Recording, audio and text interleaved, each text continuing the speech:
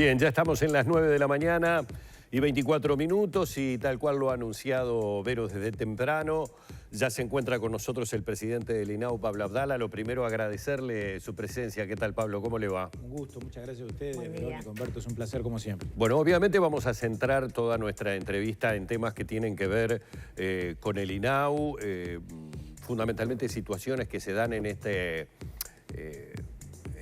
esta situación de pandemia que abarca absolutamente a todos los sectores del país. Pero quiero de alguna manera darle la oportunidad, porque lo veía escuchando las declaraciones de Óscar Andrade atentamente, en donde había una importante cantidad de críticas a la gestión gubernamental en esta parte de la pandemia, donde se han alzado muchas voces con respecto a lo que ha sido el manejo, con exigencias que llegan desde muchos puntos. Y bueno, darle la posibilidad, antes de la entrevista, de no quedarse exclusivamente con esas palabras y dar su parecer, independientemente de que, reitero, la nota central va a ser sobre temas que tienen que ver con el INAU, que inevitablemente van a generar también temas que tienen que ver con el coronavirus. Bueno, Humberto, muchas gracias. Yo, por mi condición de presidente del INAU, no puedo ni debo entrar en un debate con la oposición o con los señores senadores, lo cual no quiere decir que no tengan mi opinión, naturalmente. Y en todo caso, al senador Andrade le contestarán o su posición será contrastada con la posición de los senadores de la coalición de gobierno. Lo que sí digo en cuanto a la valoración de lo que estamos haciendo y cómo estamos encarando y el sentido de la responsabilidad con la que el gobierno ha asumido desde el 13 de marzo del año pasado la lucha contra la pandemia, yo creo que se está actuando con una enorme sensatez, creo que se está actuando con una enorme prudencia, creo que se está liderando y conduciendo al país adecuadamente en medio de esta, llamémosle, tormenta. Y creo que aquí hay que distinguir entre preocupación y alarma. Preocupación hay que tener, y la tenemos, y la tiene el gobierno. Nadie ignora que esta es una situación muy compleja, que nos ha generado dificultades y perjuicios de todo tamaño, tipo y color.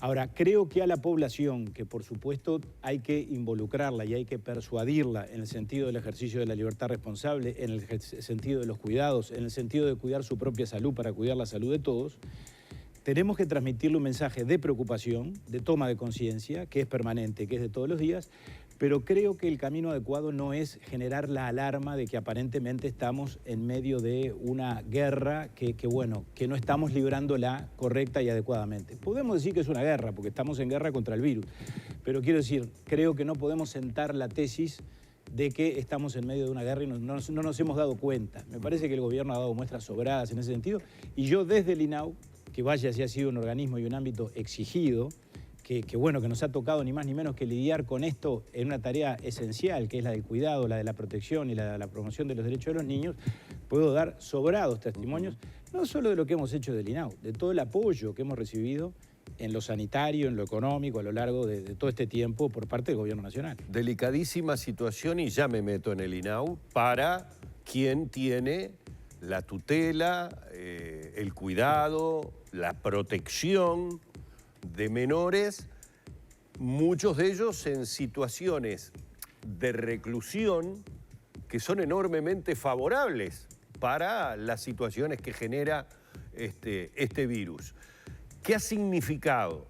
Para el INAU estoy hablando no solo a nivel institución, estoy hablando de sus funcionarios. ¿Qué ha significado de trabajo extra, de estrés adicional en algunas situaciones, el tema del coronavirus manejado a nivel de la población que tiene el Instituto del Menor?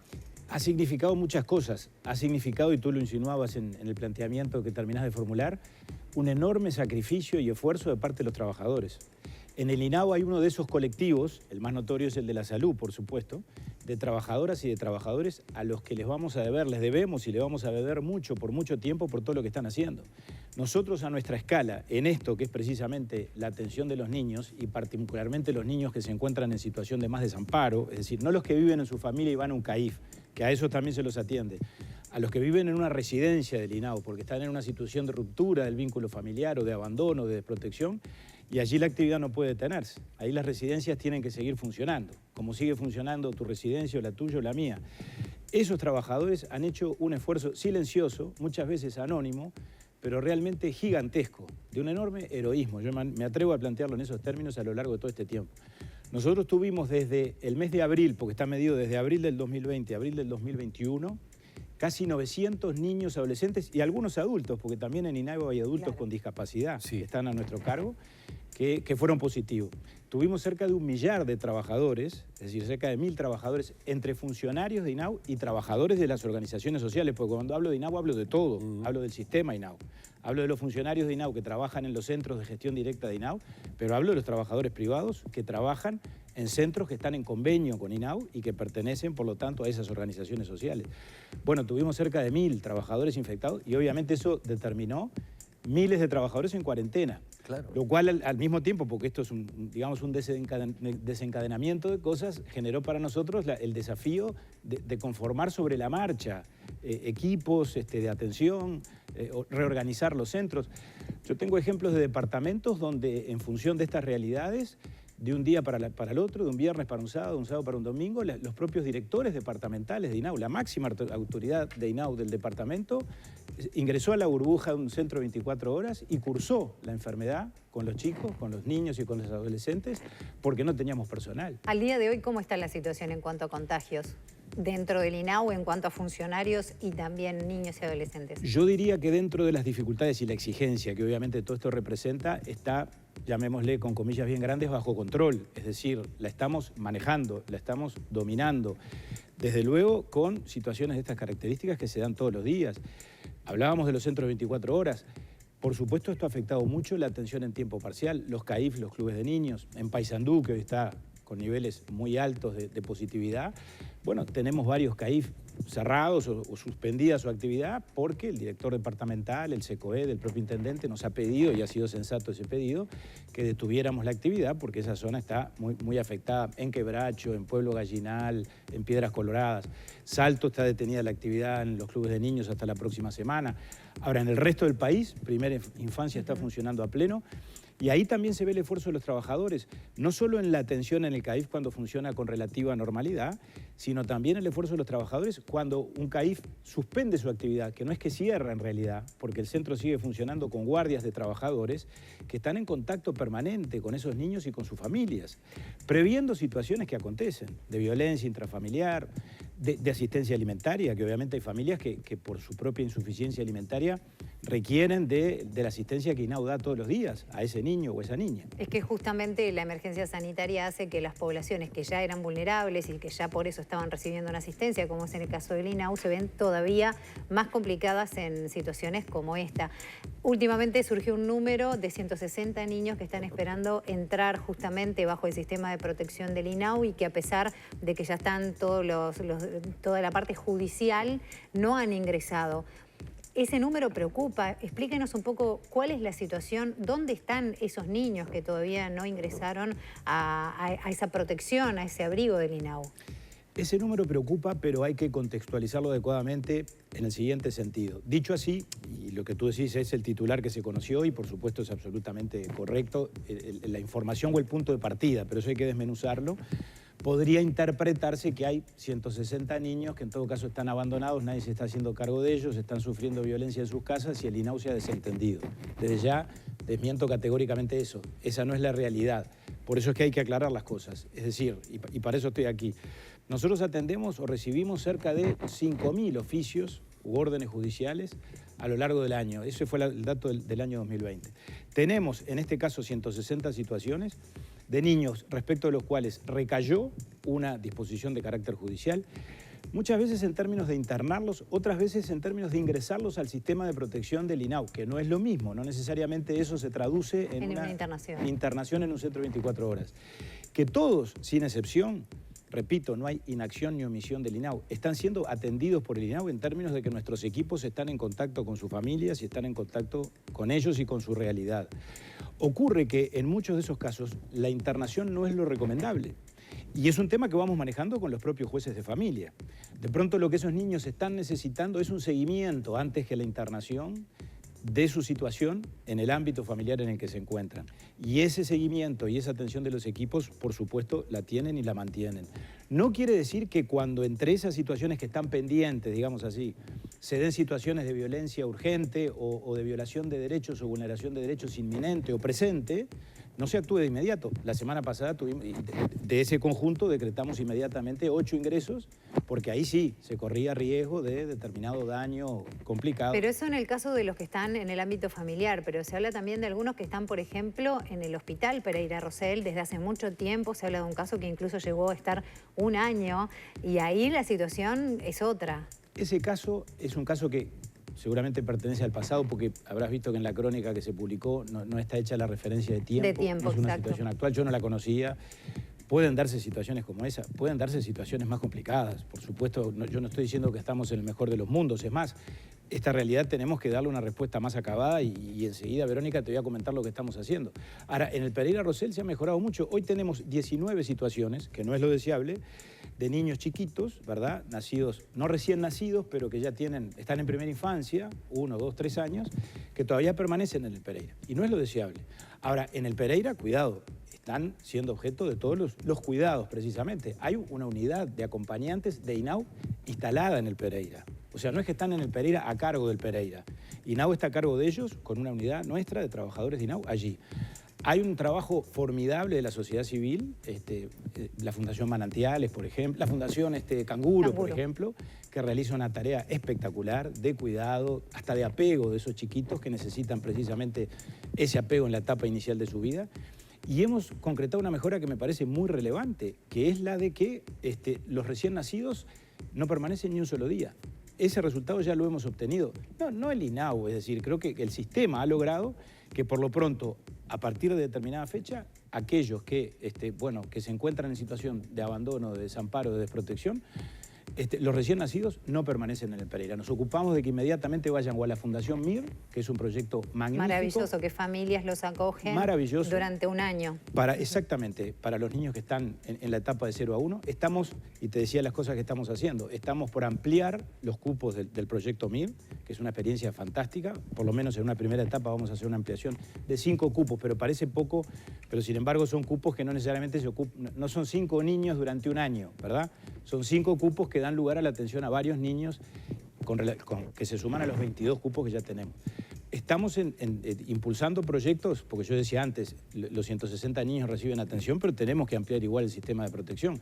Hay 3 proyectos CAF, 3 proyectos de nuevos centros de 24 horas de apoyo y acogimiento familiar que estamos en vías de concretar. Uno con la Asociación San Francisco de Sales, con los salesianos, en la zona de Lezica, que ahí tendremos 35 cupos más, 20 en residencia y 15 en contexto. Es decir, ni tanto ni tampoco. Las 160 situaciones nos preocupan porque queremos tener más disponibilidad de cupos para que los niños, cuando sea urgente, puedan ingresar, que hoy están ingresando, pero queremos adelantarnos a un agravamiento de esta realidad, sin ninguna duda, porque las violencias siguen creciendo. Por supuesto, y además hay casos en los cuales las familias no pueden acogerlos por un tema económico, que ese también es un dato que impacta cuando el problema pasa por no poder sostenerlos. También se está trabajando en ese orden. Se está trabajando y va a haber novedades a ese respecto en pocos días. Las encuestas que hemos hecho, el censo que hemos hecho del sistema de protección indica que el 20% de los ingresos a los hogares de 24 horas responde a una causa económica. La enorme mayoría de los ingresos, creo que alguna vez lo hablamos acá, tienen que ver con las violencias. Casi un 60%, entre violencia directa, emocional, física, abuso sexual y negligencia, casi el 60% de los ingresos tienen que ver con esa causa. Es un dato muy relevante. Un 20% tiene que ver con causas económicas.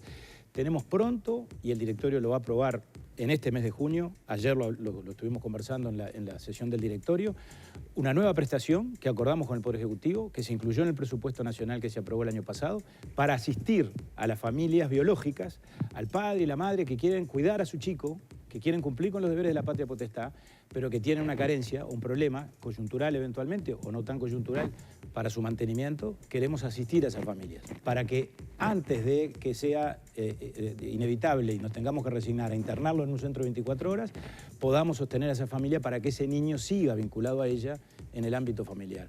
Eso va a estar pronto en pocos días. Y eso va de la mano con otras cosas más, con mejorar la unidad de valoración de familias amigas, con ensanchar el sistema de acogimiento familiar, mejorar las asistencias para las familias de acogida, porque siempre es mejor que esos niños estén a cargo de una familia de acogida y no en un centro de 24 horas.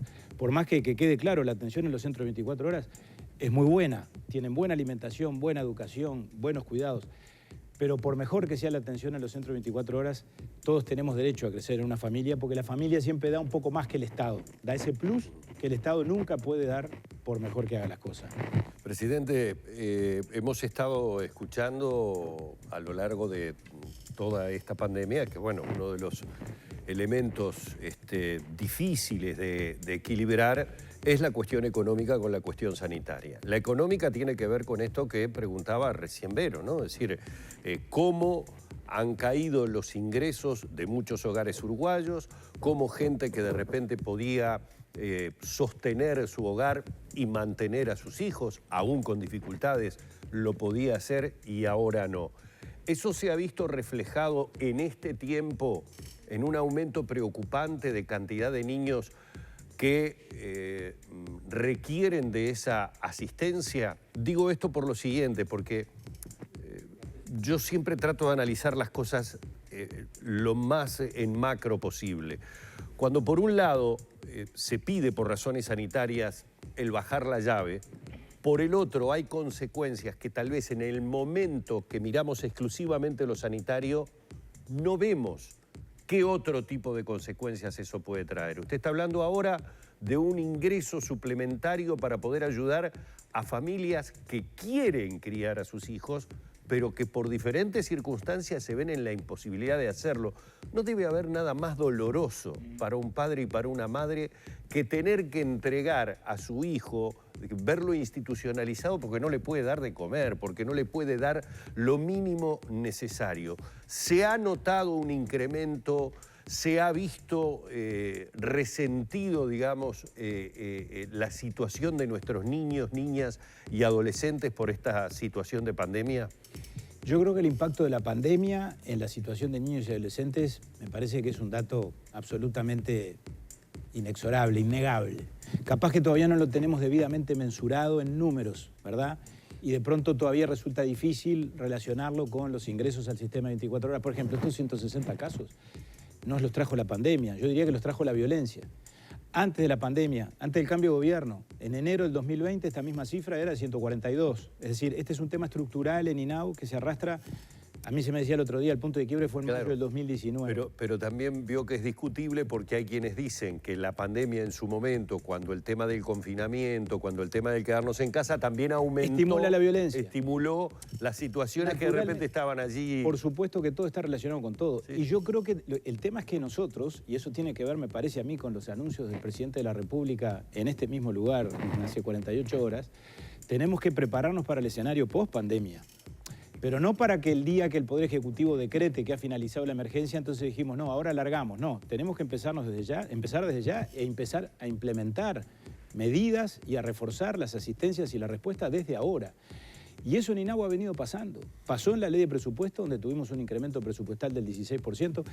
Muchas veces se especulaba con que con el cambio de gobierno en INAU iba a haber un retroceso en cuanto a las prestaciones. Hubo un avance.